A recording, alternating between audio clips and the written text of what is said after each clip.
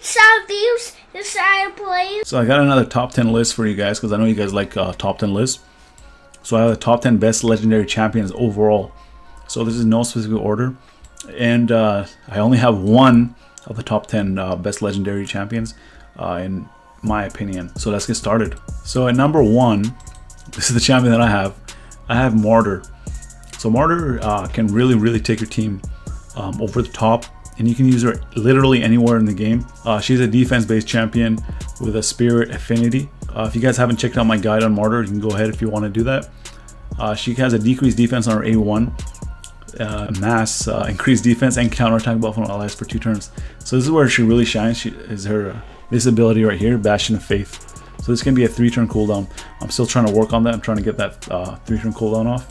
Suppression is an AoE that decreases attack, so that part is good for clan boss, but she also has an AoE provoke if you want to use her for arena. So she's literally useful anywhere.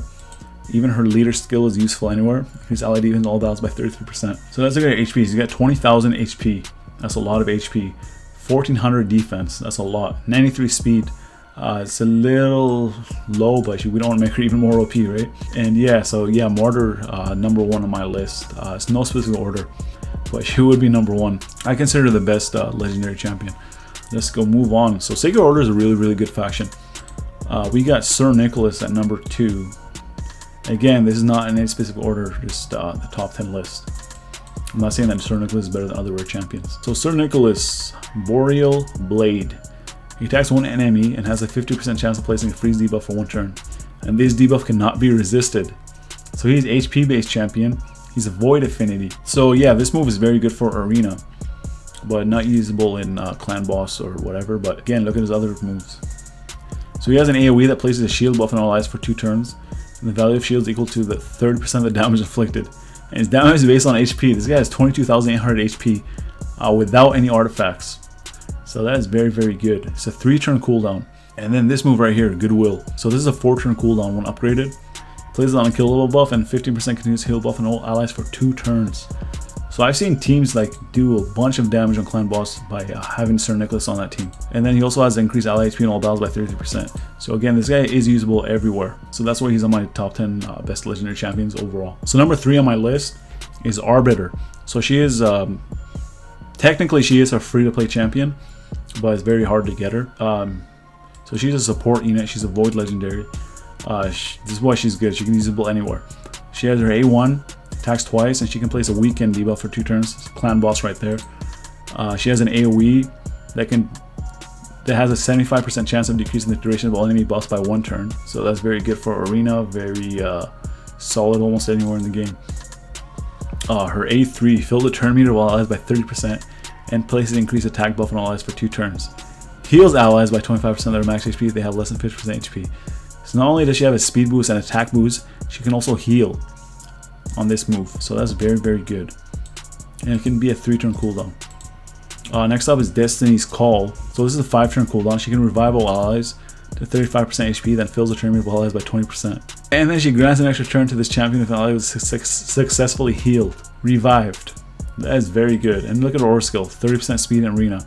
So she's people mostly use her for arena, but she's can be used anywhere in the game because she's a very powerful heal that can fill turn meter.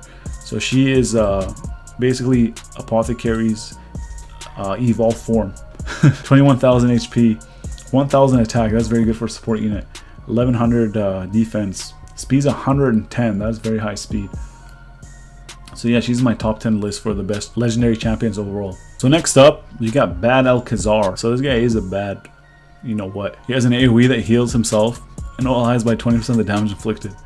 So that is usable anywhere. I don't know where that is not usable. He can remove all debuffs from all allies, places a 50% continuous heal, also on allies for 2 turns, and places 2 5% poison debuffs on all enemies for 2 turns. So yeah, I've seen this guy using Spider's Den, Clan Boss, almost anywhere in the whole game. His passive ability, Prey Upon, inflicts 15% more damage against targets under poison debuffs. So this guy synergizes with himself. He's got 20k HP, he's got 1000 attack, 1100 defense, 102 speed, 20 accuracy built in already. He's got 40 resist.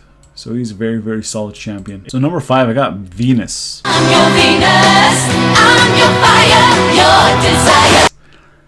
So she has that. Her A1 has a double hit, and she can place poison debuff for 2 turns. So that looks like a clan boss move right there. She has a weaken and decreased defense on her A2, clan boss right there.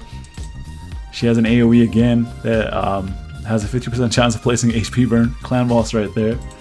And then she can remove all buffs from all enemies if she has Cupidus on the same team. She has a 50% chance of granting an extra turn. And then her aura skill increases ally HP and all dogs by 33%. So she's got 22,000 HP, 22,000 HP, 1,090 attack, 112 speed. That is very, very high. So you can use her anywhere because of her AoEs, her abilities are very good. She really shines in clan boss though. So since we're talking about Venus, I put Cupidus in my top 10 list for the best overall legendary champions. So he has an AoE on his basic attack, and damage increases by 50% if the target has any debuff. So you can see that he synergizes very well with Venus. He attacks 3 times at random, each has a 50% chance of placing HP. Venus is on the same team. His attacks inflict 25% more damage to targets under debuffs. So these guys do mass debuffs. So they are very good by themselves. So they're top 10 worthy in my opinion by themselves, but when they're together they're even better. So his aura skill, he increases ally attack and all battles by 33%, so that's a pretty big amount. He's at attack base, so he has pretty high HP for attack champion, 18,000. 1,528 attack, 107 speed, 63% crit damage. That's 3% higher than most champions. Yeah, using my top 10 list. Up next, Biggun. So this is a big one, guys. We have the legendary attack champion from the Organ Tribes right here. So if you haven't checked out my video, I've done an in-depth guide/review on this guy, how to build him. He's a very, very good campaign farmer. He's literally usable everywhere except for clan boss. The reason why I have him in my top 10 list is because he is usable everywhere, and there are better champions using clan boss, but that's okay. You can use this guy everywhere else. So he has an AoE. If you crit, it turns into an AoE. If not, he just has a basic attack.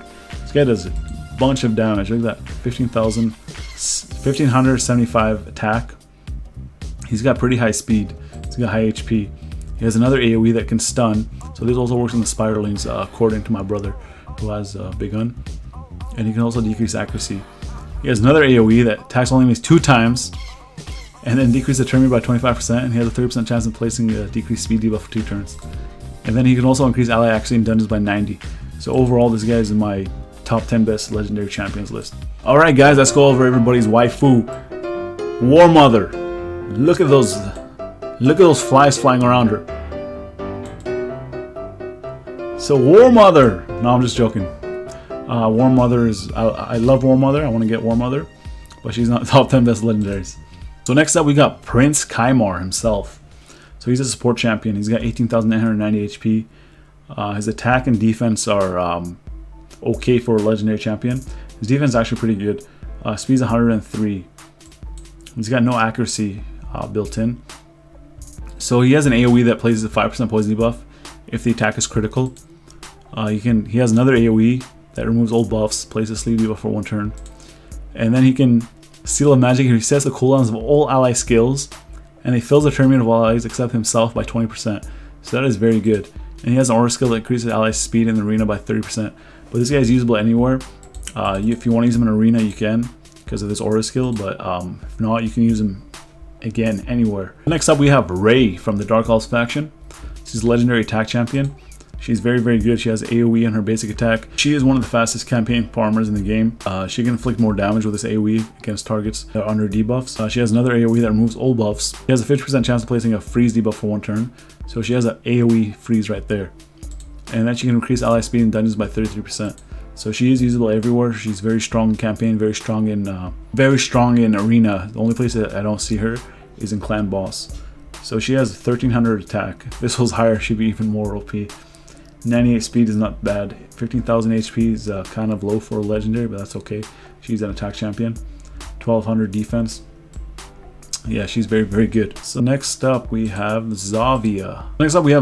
She's part of the Dark Elves faction as well. So she's very good. She has a triple hit on her A1 that can also place poison. There's another AoE that attacks twice. She has an AoE that attacks twice and places poison as well. She has another AoE. Enemies killed by his AoE cannot be revived. And then she can deal damage from all poison debuffs on the target instantly. And they only deal half the standard damage, but that's still good. when they attack bosses, I mean. Her A4, only when Bellinor is on the same team. But we're just going to look at it. She can do a debuff spread effect. She can take 4 random debuffs from the target and place them on all enemies. So that is very good if you have Bellinor, but the odds are very slim that you have 2 of the required legendaries. She can increase ally attack in all battles by 33%. She has high attack.